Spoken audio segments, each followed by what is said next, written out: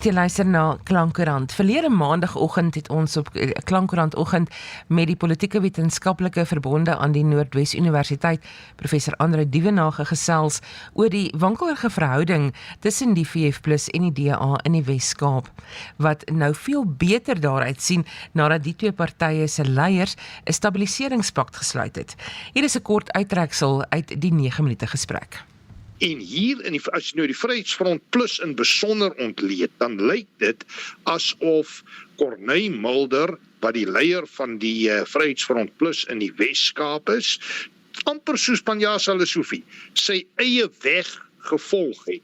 En dit het tot reaksie gelei by die Vryheidsfront Plus leier. Natuurlik het Helen Zille vanuit die DA en Willie Oukamp vanuit die DA baie sterk daaroor kommentaar gelewer, maar dit het dan toe aanleiding gegee dat Pieter Groenewald, leier van die Vryheidsfront Plus, ingegryp het en dat daar nou 'n bepaalde skikkingsooreenkoms tussen hierdie twee partye is tot en met 2026. Ek dink dit is 'n goeie ontwikkeling, maar is simptomaties van die ongestruktureerde aard van ons koalisieomgewing, maar ook duidelik politieke opportunisme, veral by partye wat steun verloor het in die 2024 verkiesing. Hier lees ek dit sterk by die ANC, ek lees dit by Action South Africa en ek lees dit ook by die Vryheidsfront Plus in soverre dit die Wes-Kaapse leierskap betref. Dis ook interessant dat wat die Wes-Kaap betref, se Vryheidsfront Plus, is Corneille Mulder uitgesluit van koalisiegesprekke. So dit dui vir my op 'n konflik binne die VF+, waaroor daar alreeds in die verlede bespiegel en gepraat is. Dr. Corneille Mulder, VF+ LP en party se leier in die Wes-Kaap, het intussen gevra of hy op professor Dievenage se ontleding kan reageer. En Dr. Mulder sluit nou regstreeks by ons aan. Goeiemôre dokter en welkom by die program. Goeiemôre Susan en baie dankie vir die geleentheid.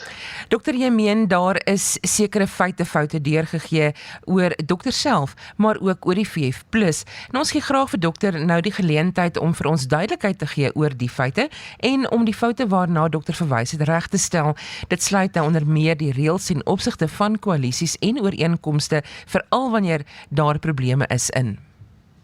Ja, nee, ek moet sê baie dankie vir daardie geleentheid. Ek moet vir jou werklikwaar sê, dit is nogal verstommend.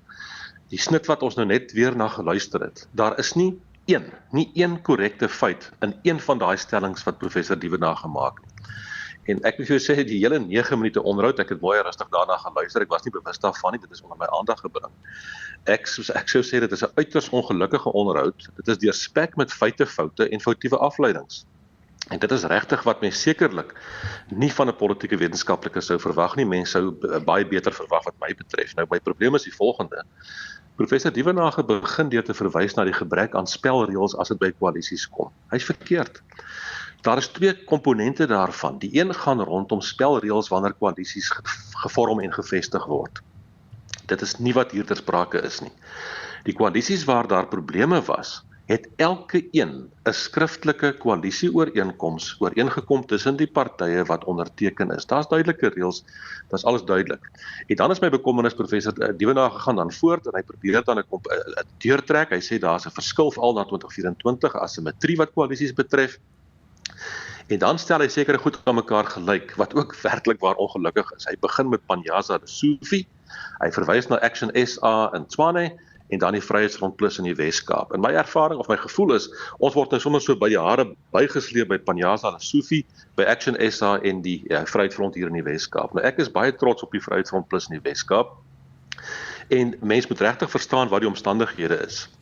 Die feit van die saak is, in die Wes-Kaap waar daar 25 stadsrade is daar 11 koalisies waar die Vryheidsfront Plus deel is van koalisies en regeer het sedert 2021. En die koalisiepolitiek het sodanig in Suid-Afrika verander, dat ek dink nie daar is een koalisie buite die Wes-Kaap op die oomblik waarvan die Vryheidsfront Plus deel is nie. Die koalisies in Johannesburg, in Tshwane en Ekurhuleni en verskeie ander plekke, Wesrand en ander plekke, het almal in mekaar gesak. So ons het 'n ander unieke situasie in die Wes-Kaap, waar ons moet optree op die regte manier en ons doen dit beslis. Nou die probleem is, en dit is net vir my ongelooflik, professor Dievenage gaan in sy onderhoud en maak die volgende stelling, hy sê, in die Wes-Kaap is daar 3 plaaslike regerings waar die VF+ die ANC ondersteun het. En in 2 gevalle, Theewaterskloof en Oudtshoorn, het dit gelei tot die verwydering van 'n DA-burgemeester of DA-burgemeesters en met ANC-burgemeesters vervang. En dit het gelei tot konflik. Dit is doeteenvoudig onwaar. Die professor het eenvoudig nie die feite nie.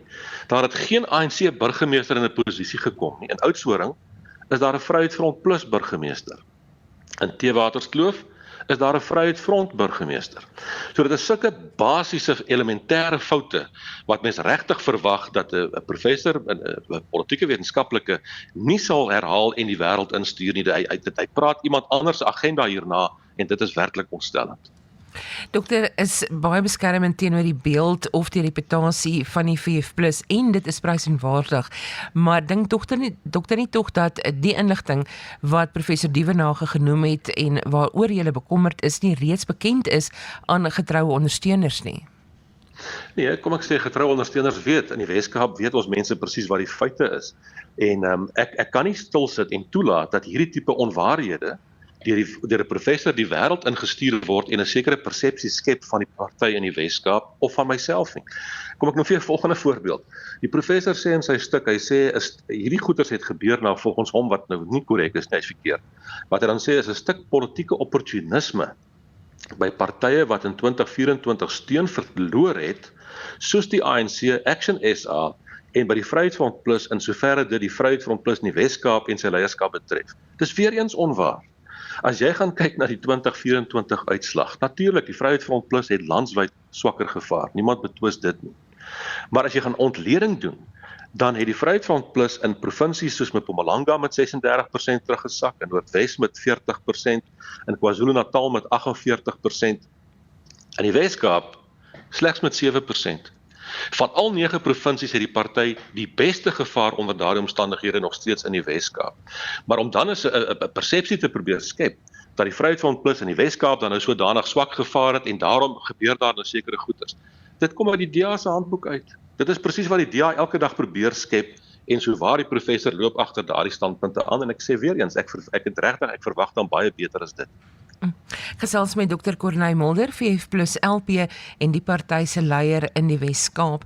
Net so 'n laaste gedagte dalk net, ons tyd is vinnig besig om ons in te haal, maar ek wil tog die volgende by u laat met verwysing na die sogenaamde faksies wat nou binne die VF+ is dit nie maar normaal vir enige politieke party om soms wrywing te hê of struikelblokke langs die pad te oorkom en eenvoudig net sterker aan die ander kant uit te kom nie? Verseker, as geen twyfel daaroor nie, en dit is nie sodanig faksies nie, dit is die feite is doeteenvoudig. Die omstandighede in die Weskaap is anders. Hier is die DA die dominante party, anders as nie elders in die land waar die ANC die dominante party is en daarom het jy 'n bietjie van 'n ander strategie. Want ek vir laastens net na 2 spesifieke punte verwys waar die professor weer eens verkeerd is. Die professor maak sonder om te blik of te bloos die stelling deur te sê ek is uitgesluit by alle koalisieonderhandelinge in die Weskaap. Dit is doeteenvoudig onwaar en 'n leuen. Afgelope Vrydag, hierdie Vrydag wat verby is, was ek deel van 'n koalisieonderhandelingsgesprek met Helen Zille en Dr. Ruben Richards in Helen Zille se kantoor as provinsiale leier oor 'n probleem wat ons in 'n ander koalisie in Cederberg het. So dis eenvoudig onwaar. En dan die laaste een wat ek graag net wil noem is die professor gee groot op oor die skikkingsooreenkoms wat nou bereik is. Maar onthou net een ding. Ek het van die begin af gesê ons in die Weskaap is ten gunste van so 'n ooreenkoms. Ons ondersteun dit want dit sal beteken dat die koalisies herstel word daar waar die DA dit verbreek het, soos in George, soos in die Tuinroete distrik, soos sekere mense wat hulle poste verwyder is in Mossel Bay en ander plekke. Maar as net nie leiers, die luisteraars moenie verwar word nie. Daardie ooreenkoms is nog nie in plek nie. Dr. Groenewald het seker onderhandelinge gevoer, hy en Steenhuisen het probeer om mekaar te vind, maar dit is nie in werking nie, want die ooreenkoms moet nou gaan na die DA se FedEx toe waar mevrou Zille die voorsitter is. En voor hulle dit nie bekragtig het nie, is daar geen ooreenkoms nie. So dit is regtig vir my 'n ongelooflike onderhoud van fout op fout op fout. Ek sal maar met professor Dievenage 'n afspraak maak en hom gaan sit, want elkeen van die stadsrade waarna hy verwys, kan ek van presies gaan verduidelik wat die feite daar rondom is. Ek dink dit sal hom baat. Dan ons is haastig op pad na die 2026 munisipale verkiesings. Hoe lyk die VF+ se strategie om steun te behou, maar ook steun by te kry vir daardie verkiesing? Net so 'n laaste gedagte van jou. Absoluut. Ons is voluit op pad na 2026 se algemene plaaslike verkiesing toe. Die Vryheidsfront Plus, en ek praat spesifiek in die Wes-Kaap, gaan voort om te bewys dat ons die beste diens probeer lewer deurdat ons kan bring binne koalisies. Ons is 'n absolute betroubare koalisievernoot. Ons het geen probleem gehad om koalisies te verbreek nie. Ons reageer op goeters wat basies gebeur het. En dan in die groter konteks, dink ek die pad vir die party lê is, gaan identifiseer jou mark en gaan posisioneer jou by jou mark. Die Vryheidsfront party is nie 'n party wat oop is of wat 'n party wil wees vir alles en almal nie. En dan is jy niks vir niemand nie. Gaan identifiseer jou mark, gaan posisioneer jou by jou eie mense en gaan dien hulle belange. Dokter, ons tyd het ons ingehaal, maar ek wil nie laat gaan voor ek u geleentheid gee om nog so 'n laaste gedagte te deel, indien daar nog iets is wat u wil sê nie. Nee, ek wil sê, ek ken professor Dievenage as 'n baie bekwame en ervare persoon, maar hier het hy regtig 'n groot fout begaan. Ek dink hy is op sleeptou geneem deur 'n sekere narratief wat onder andere deur die DA en dalk ander mense gepropageer word. Ek wil graag hê hy moet hom gaan vergewis van die waarheid, van die volle feite, en dan gaan dit nie weer kan gebeur nie. Ek sal hom kontak of hom sê ek wil hom gaan koffie drink, vir hom verduidelik van elkeen van daardie staatsrade. Dit gebeur van tyd tot tyd, maar jy sal ook verstaan, die luisteraars sal verstaan, deur stil te bly hieroor, laat mens toe dat 'n narratief geskep word asof ons in die Vryheidsfront Plus in die Wes-Kaap nou ons dolheid gekry het. Dit is hoegenaamd nie waar nie. Inteendeel, ons is op pad vorentoe met gesag en mening. Dokter, baie dankie vir die tyd vanoggend en ook dat u deelgeneem het aan die gesprek. U moet 'n heerlike dag hê verder. Groot waardering, sterkte vir julle. Dr. Corneille Mulder, VF+ LP en die party se leier in die Wes-Kaap.